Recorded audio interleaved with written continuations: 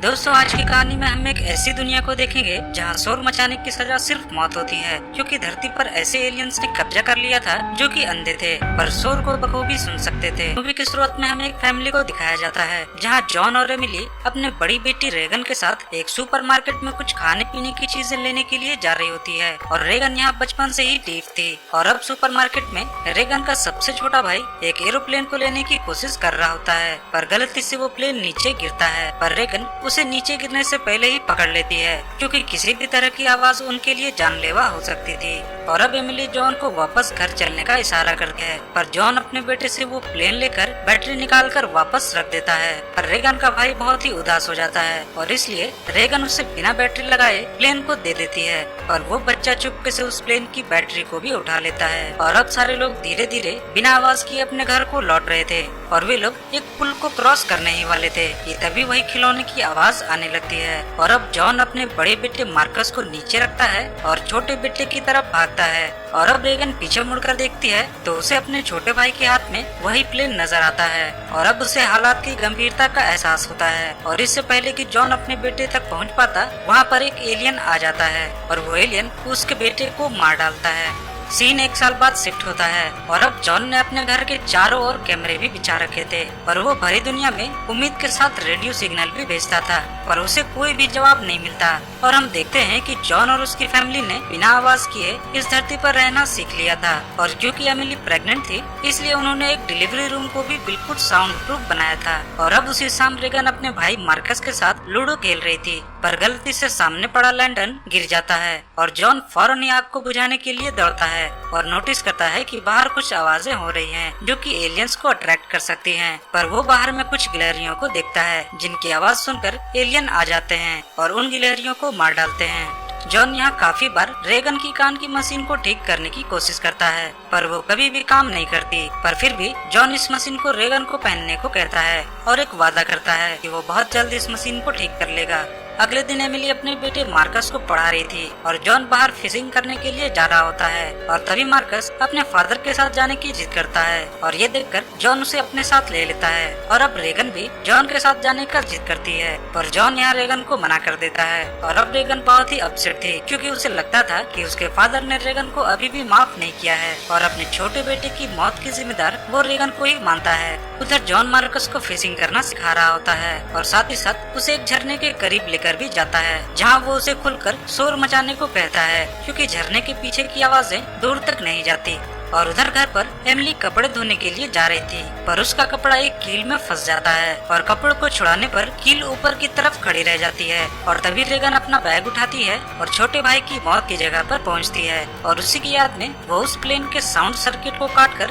उस जगह पर रख देती है। उधर दूसरी तरफ जॉन को फिशिंग से लौटते वक्त एक बूढ़ा व्यक्ति मिलता है जिसकी वाइफ को उन एलियंस ने मार डाला था और अब वो भी खुद को मारने के लिए जोर से चिल्लाने वाला था, पर जॉन के मना करने के बाद भी वो जोर से चिल्लाता है और जॉन फौरन ही मार्कस को लेकर वहाँ से दूर भागता है और उस बुढ़े शख्स को अपनी आंखों के सामने मरता हुआ देखता है। उधर घर में एमिली का लेबर पेन स्टार्ट हो जाता है और वो फौरन ही उस साउंड प्रूफ चेम्बर की ओर जाती है, पर तभी गलती से उसका पैर उसी कील में धंस जाता है। एमिली यहाँ दर्द को तो बर्दाश्त कर लेती है, पर उसके हाथ से फोटो फ्रेम नीचे गिरकर टूट जाता है। और यहाँ एमिली जानती थी कि फ्रेम के गिरने की आवाज उन एलियंस को जरूर अपने ओर खींचेगी और इसलिए वो घर के चारों तरफ की लाइटों को रेड कर देती है ताकि बाहर जॉन को पता चल सके कि एमिली मुसीबत में है। और अब एमिली उस साउंड प्रूफ रूम की तरफ बढ़ती है और तभी उसे रास्ते में एक एलियन नजर आता है और एमिली का दर्द और भी बढ़ता जा रहा था। और फिर एमिली एक घड़ी लेती है और उसका टाइमर ऑन करके दीवार की दूसरी तरफ लगा देती है और टाइमर के स्टार्ट होते ही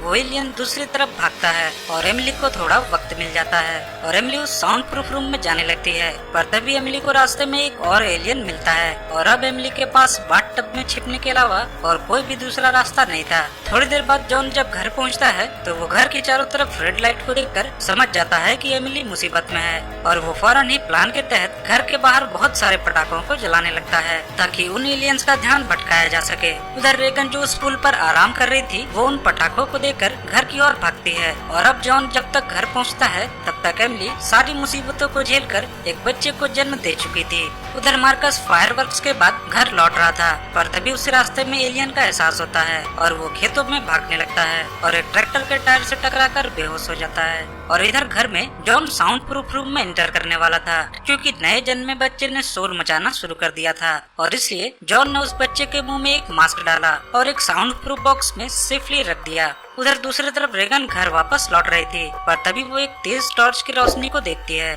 और वहीं रुक जाती है। पर तभी एक एलियन उसके पीछे आ जाता है और रेगन को उसके बारे में पता भी नहीं होता और अब वो एलियन अपने कानों को खोलता है ताकि वो अपने नजदीक के आवाजों को महसूस कर सके। पर तभी अचानक से रेगन की कान की मशीन जोर से आवाज करने लगती है, जो कि रेगन को बहुत दर्द दे रही थी और साथ ही साथ वही आवाज उस एलियन को भी सुनाई देती है और उस एलियन को भी बहुत ही दर्द होने लगता है और एलियन फौरन ही वहाँ से भाग जाता है। और अब थोड़ी देर बाद रेगन मार्कस को ढूंढ लेती है और वो दोनों एक बड़े से टावर में चढ़ जाते हैं और अपने फादर के आने का इंतजार करते हैं। जॉन थोड़ी देर बाद साउंड प्रूफ रूम से बाहर निकलता है, पर वो खुले हुए नल को बंद करना भूल जाता है, जिसकी वजह से साउंड प्रूफ रूम में पानी भरने लगता है और यही पानी की आवाज एलियन को फिर से इस घर में खींच लेती है और एमिली धीरे से अपने बच्चे को उठाती है और वो एलियन ठीक उसके सामने ही था। उधर दूसरी तरफ मार्कस घर वापस जाना चाहता था, पर रेगन उसे रोकती है और कहती है कि घर की लाइटें अभी भी रेड हैं और इसका मतलब ये है कि खतरा अभी टला नहीं। पर तभी मार्कस उस टावर के अंदर गिर जाता है जहाँ बहुत सारे मकई के दाने रखे हुए थे और अब मार्कस जितना ऊपर आने की कोशिश करता वो उतना ही नीचे धंसता जाता और मार्कस के गिरने की आवाज उस एलियन को भी सुनाई देती है और वो एलियन फौरन ही घर से बाहर निकलकर टावर की ओर जाने लगता है। जॉन को भी मार्कस की गिरने की आवाज आ चुकी थी और वो भी टावर की ओर बढ़ता है। उधर टावर के अंदर रेगन एक दरवाजे को तोड़कर नीचे गिराती है और मार्कस और खुद को उन मकई के दानों में धंसने से बचाती है। पर तभी वो एलियन वहाँ आ जाता है और अब रेगन बहुत ही डर जाती है, पर एक बार फिर से उसकी कान की मशीन बहुत ही जोर से हाई फ्रीक्वेंसी साउंड निकालने लगती है, जो कि उस एलियन को बिल्कुल भी पसंद नहीं आता और अब वो एलियन दर्द से बचने के लिए उस टावर को छोड़कर बाहर निकल जाता है। जॉन अब अपने दोनों बच्चों को लेकर घर की ओर वापस जा रहा था, पर तभी उसे एलियन का एहसास होता है और वो अपने बच्चों को एक कार में छुपने के लिए कहता है और तभी वहाँ एक एलियन आ जाता है जो कि जॉन के ठीक ऊपर था और वो एलियन जॉन पर हमला कर देता है और जॉन जख्मी हो जाता है। मार्कस अपने फादर को जख्मी देखकर बहुत जोर से चिल्लाता है और ये सुनकर वो एलियन उसकी तरफ भागता है और अब वो एलियन जैसे ही उनके करीब आता है तो रेगन की कान की मशीन फिर से हाई फ्रीक्वेंसी साउंड निकालने लगती है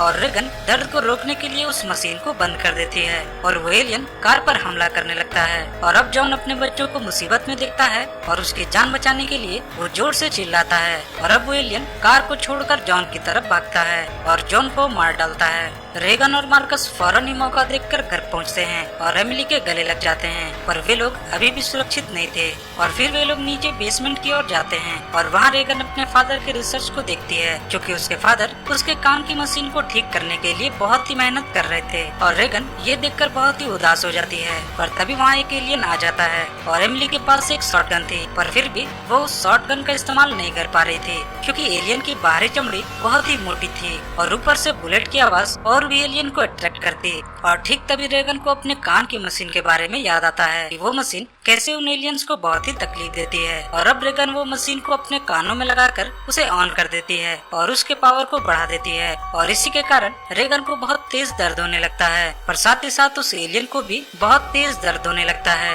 और वो एलियन एक जगह पर सुन्न पड़ के गिर जाता है और आखिरकार उन लोगों ने उन एलियंस के वीकनेस का पता लगा लिया था और वो थी हाई फ्रीक्वेंसी साउंड। और तभी रेगन अपने सामने एक माइक्रोफोन को देखती है और फौरन अपने कान की मशीन को निकालकर उस माइक्रोफोन में लगा देती है, जिसकी मदद से उस मशीन की फ्रीक्वेंसी कई गुना बढ़ जाती है और वो एलियन दर्द से तड़पने लगता है। और तभी एमिली एक सही मौका पाकर गन से उस एलियन को शूट कर देती है और वो एलियन वहीं मारा जाता है और फिलहाल वे लोग सुरक्षित थे और अब उन लोगों के पास उन एलियन से लड़ने के लिए एक हथियार भी था, पर खतरा अभी भी टला नहीं था क्योंकि बुलेट की आवाज सुनकर बहुत सारे एलियन उनकी तरफ आ रहे थे। पर इस बार एमिली को जरा सा भी डर नहीं था और अब रेगन उस माइक्रोफोन के वॉल्यूम को मैक्सिमम लेवल पर सेट कर देती है और अब एमिली उन एलियंस का शिकार करने के लिए तैयार थी। और इसी के साथ ये मूवी यहाँ खत्म हो जाती है। मैं मिलूंगा